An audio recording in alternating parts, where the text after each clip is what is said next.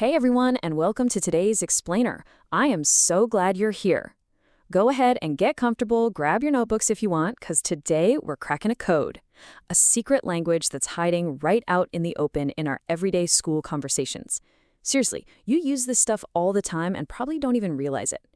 Ever wonder why we say the things we do when we're stressing over a big test or, having a spat with a friend? Well, it's all about metaphors. And by the end of this, you're going to be a total pro at spotting them. Okay, let's dive right in. Here's our lesson plan for today. First, the magic of metaphors. Second, how school projects are basically like going to war.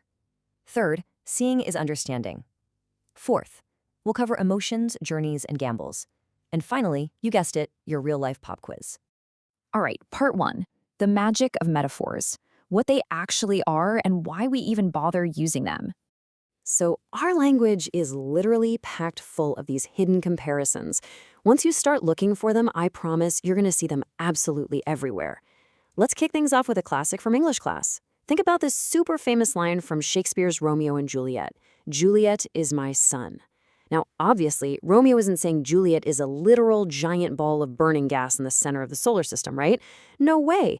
He means she brings light, warmth, and life to his world.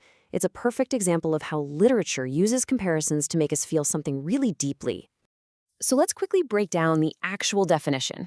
A metaphor is just describing a person, an object, or a situation by comparing it to something else that has similar characteristics. And while writers use them to be super poetic and deep, here's the real secret. We use them every single day in things called idioms. Basically, idioms are just phrases we say so often that we totally forget there's a metaphor hiding inside them. Now, what's really fascinating is how these idioms kind of shift over time. Just look at the literal origin on the left, an actor taking center stage at a theater. Makes sense, right? But check out the right side, representing your everyday school life. If someone says, man, Sarah really took center stage at the school assembly today, no one's thinking she's literally putting on a Broadway show. The phrase completely lost its original theater vibe. In a school setting, it just means you're the most noticeable or important person in the room. We literally borrow the language of the stage just to describe our social lives. Moving on to part two, school projects are like war, surviving the group assignment. Okay, this is where things get wild. The source material points out that in the business world, people use a lot of warfare language. But honestly, let's bring that right into the classroom. Look at the left side, a literal explosive minefield in a war zone. Now watch how that morphs into a super dangerous social situation at lunch. You know exactly what I mean. Have you ever tried finding a seat in the cafeteria when two of your best friends are in a huge fight? You'd probably whisper, yikes, sitting there is a total minefield. You're not in actual physical danger, but socially, oh yeah, one wrong step and boom, the drama explodes. We're using the extreme stakes of war to talk about the everyday stress of school. Just imagine a massive science project was just assigned. First thing you do, you join forces with the smart kid in class. Boom, alliance formed. But then, oh man, the group leader decides to pull rank. They just use their authority to boss everyone around. Because of their terrible idea, the project totally tanks, and you all have to take the flak, which literally means taking heavy anti-aircraft fire. But here it means getting some serious criticism from the teacher.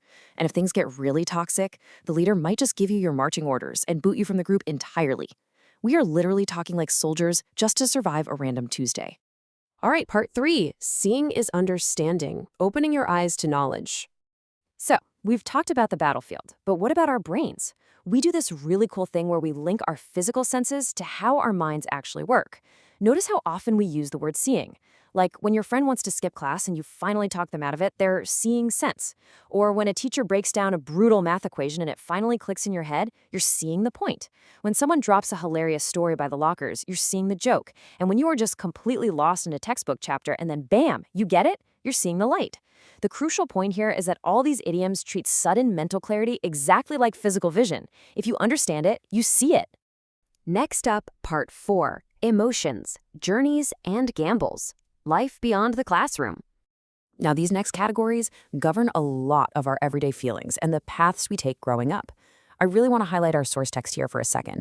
It is incredibly cool how this book breaks down all these complex language patterns into such easy-to-digest concepts. It really proves that the way we speak isn't just random, it follows these deeply ingrained patterns in our minds. Let's look at how this plays into our everyday feelings. Have you ever noticed how colors dictate emotions? On the left, we've got this concept that emotion equals color. If your buddy drops and completely shatters your brand new phone, You don't just get a little mad, you're seeing red. We instantly associate red with heat, fire, and just extreme anger. But contrast that with the right side. If you get caught cheating by the strict math teacher, you get a black mark on your record. Black is tied to negative, heavy feelings, a permanent stain that people aren't going to forget anytime soon.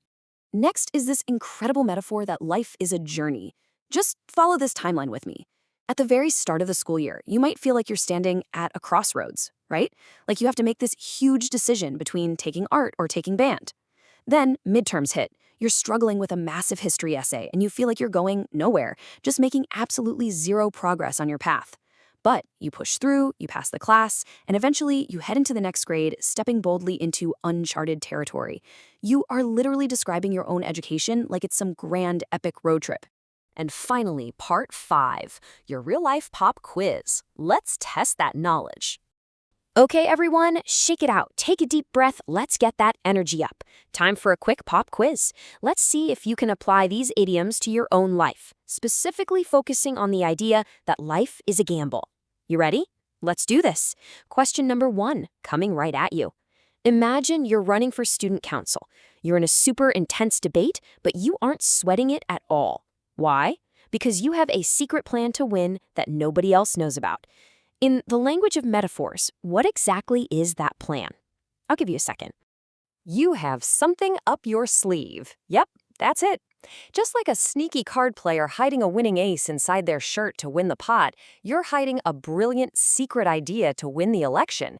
You're basically treating a school debate like a high-stakes game of poker. All right, let's try another one. Question number 2, and honestly, this is a highly relatable one. You completely forgot to do the reading for a big group presentation. You stand up in front of the whole class, act super confident, and pretend you're an absolute expert on the topic, even though you have literally zero idea what you're talking about. What did you just do? You bluffed your way through it. Boom! There's that gambling language again. You used deception, pretending you had a much stronger hand than you actually did, just to survive the presentation and scrape by with a passing grade. Well, you all totally nailed that. To wrap up today's explainer, I want to leave you with one final thought, straight from our source material. Really noticing these underlying metaphors changes absolutely everything about how you hear the world. For instance, think about the concept that time equals money. We are constantly talking about spending time with our friends, wasting time in detention, or investing time into studying. So I leave you with this. How are you going to spend your time today? Keep your ears open in the hallways, listen closely for those hidden metaphors, and I guarantee you will never hear a normal conversation the same way ever again. Thanks so much for learning with me.